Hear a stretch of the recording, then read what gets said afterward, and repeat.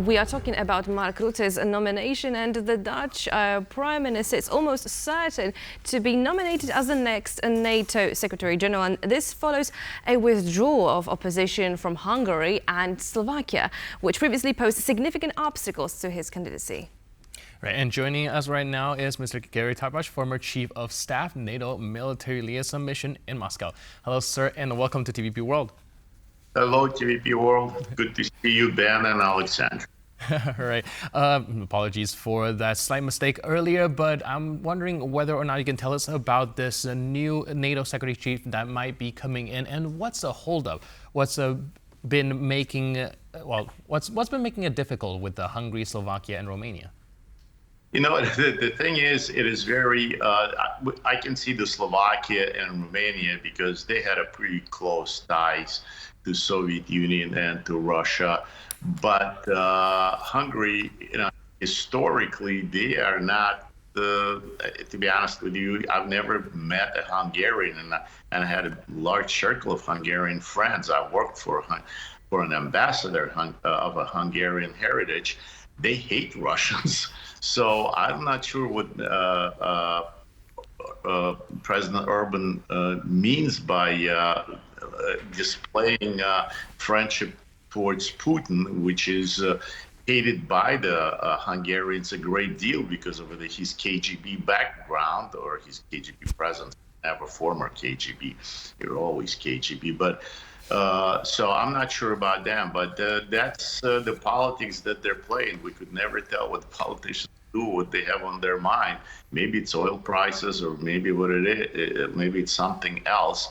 But it's definitely a chance that will not be passed by Putin. He will use it to the max.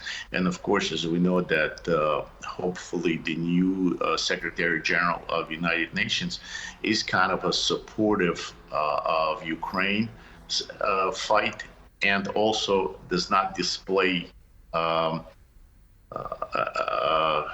should I put it politically correct? He does not display distaste towards Israel. Which is, European Union and NATO has been playing kind of a cold with Israel. It's a country that is democratic, that shares our values, that is being attacked by terrorists. Yet, so it is going to be interesting the way it turns out. It's going to be interesting to watch what will happen when all these changes are supposed to be happening this year. And of course, not everything is set in stone, but we might speculate about Mark Rutte. So how might Rutte's leadership style influence NATO's strategic priorities if chosen? Well, again, NATO is not just a military alliance. I think it's, first of all, is a political alliance. That's why there are two headquarters, a political headquarter and a military headquarter. I was in the military part of it, but we always knew that the major strategic planning for NATO depends on financing of NATO, and most of the countries, in my time it was 20 countries, and I believe only 4 countries, to include Poland, paid their dues. The rest of the countries were not pooling their share, and the United States had to cover. So it was always the main strategic planning was because in order to plan anything, you have to have the budget. I mean, you don't go to the store to do shopping without having the budget, how much money you can spend. You can have a list there from eggs and bread and caviar and champagne, but the budget is only for, you budgeted for caviar and champagne. But in reality, what you had in your funds was only for bread, milk, and eggs, for basics. So for now, I think it is going to be the biggest challenge. So the countries pull their own weight. So they not only commit the money, but they actually deliver the money and the funds for the NATO to function. And it doesn't mean that it is the money for NATO. It means that they're going to be putting into their own military budget 2% of their GDP. So this is a political game that they're constantly playing. And once there is a budget, we military people, we're fine with it. As long as you buy us our tools and you give us something to work with, we will perform. But if we don't have tools, if the surgeon doesn't have the tools, the scalpel, he can't perform the surgery with a dull knife. All right, and speaking of political games, we're also looking at Romania's argument against Mark Rutte, saying that they would like to see more presence of the Central Eastern European region. Although that seems like a very valid argument, of course, some would also say that it is more a political rhetoric, or at least one that's more politically expedient. How do you look at this? Again, I'm not, I'm biased at it.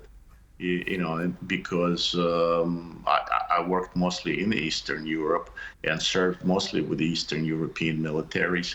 So to me, again, I'm not trying to be please you in a sense, but I would like to see a Polish secretary of NATO, because I've served with the Poles. I know what kind of warriors they are, and I know that how dedicated they are to the military, to the freedom of Eastern Europe, at least, or entire Europe. They've paid the price, and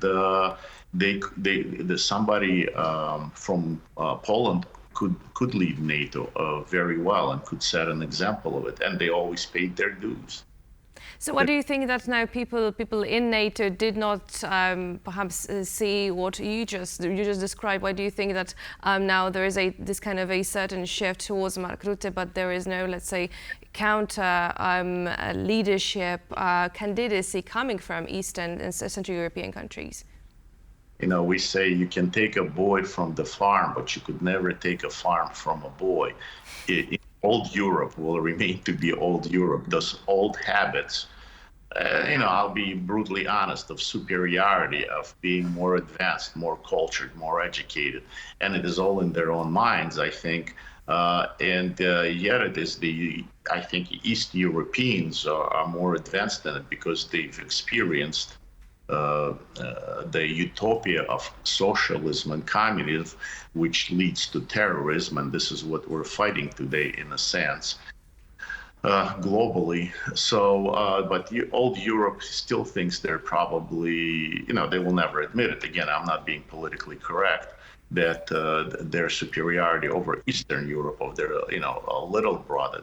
We're all brothers, but there's a big brother, there's a little brother, there's a middle brother, but yet we're all brothers and sisters. So Europe, I think, old Europe, I would say, continue to think that they're the older brother, and it will take time to change.